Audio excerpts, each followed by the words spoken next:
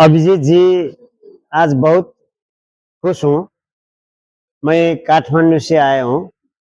कलकत्ता में भानुभक्त आचार्य को 213 जन्म जयंती मनाने के लिए विशिष्ट अतिथि के रूप में आया हूँ। वो कार्यक्रम संपन्न किया है। भानुभक्त आचार्य नेपाली जाति का वो प्रेरक उत्प्रेरक व्यक्तित्व है।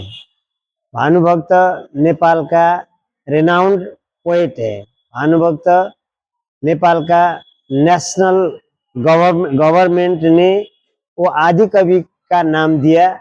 इसका मतलब उसके जमाने में भी कविता था, लेकिन भानुभक्त जैसा कवि कोई ही नहीं था। इसीलिए भानुभक्त आचार्य 213 वर्ष पहले जन्म हुआ था, लेकिन विश्व भर में अभी 9 करोड़ नेपाली भाषी जनता नागरिकों है। इस सब का प्रिय पात्र है भानुभक्त आचार्य। इसलिए नेपाली साहित्य का नेपाली साहित्य और हिंदी साहित्य का बीच में संबंध सेतु का काम भानुभक्त आचार्य का रामायण से हो रहा है। अभी भी वो डॉक्टर सत्यप्रकाश तिवारी जी वो कलकत्ते के हैं। भानुभक्त का जन्म जयंती का वो राष्ट्रीय अवसर में काठमांडू के नगर में उनको रथारोहण किया है, क्योंकि वो तिवारी ने रामायण का संबंध वो रामायण का चाहिँ वो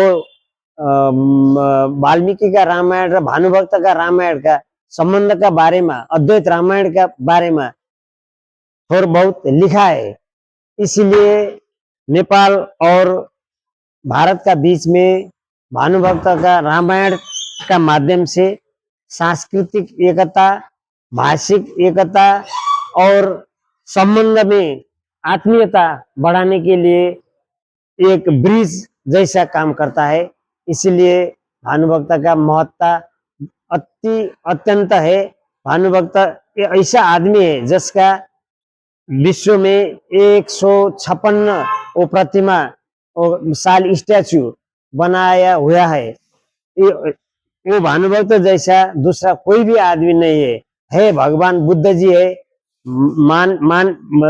मानव जीवन में कर्म से भगवान बन सकते हैं। इसका ज्वलंत उदाहरण भगवान बुद्ध जी है और भानुभक्त भी है। भानुभक्त का रामायण और बांग्लादेश, आसाम और दार्जिलिंग बहुत सा जगह में वो घर के कोई लोग परलोक हुए समय भानुभक्त का रामायण वाचन करता है।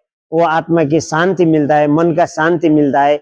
इसलिए ये संबंध सेतु के काम में भानुभक्त का रामायण से नेपाल और भारत में रहने वाला नेपाली लोग का बीच में भावनात्मक संबंध विस्तार करने के लिए बहुत अच्छा काम किया है। इसलिए भानु जयंती हर एक वर्ष बहुत हर्षोल्लास का साथ विश्व भर में 216 से ज्यादा ठाव में मना जाता रहा है।